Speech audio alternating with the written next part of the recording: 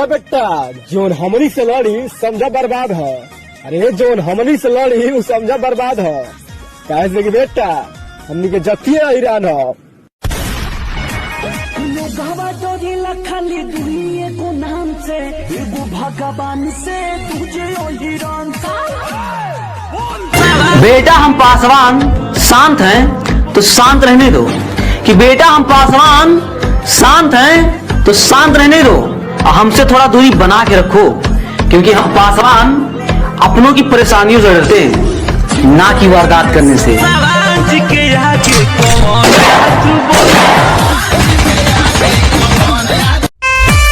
बेटा रंगदारी सीख ले मियो जरे घूम के आज ते बाज बनता रे। दू चार गो संगत का बना ले रे बहन छिनरा, हमनियों से आज रंगबाज बनता रे।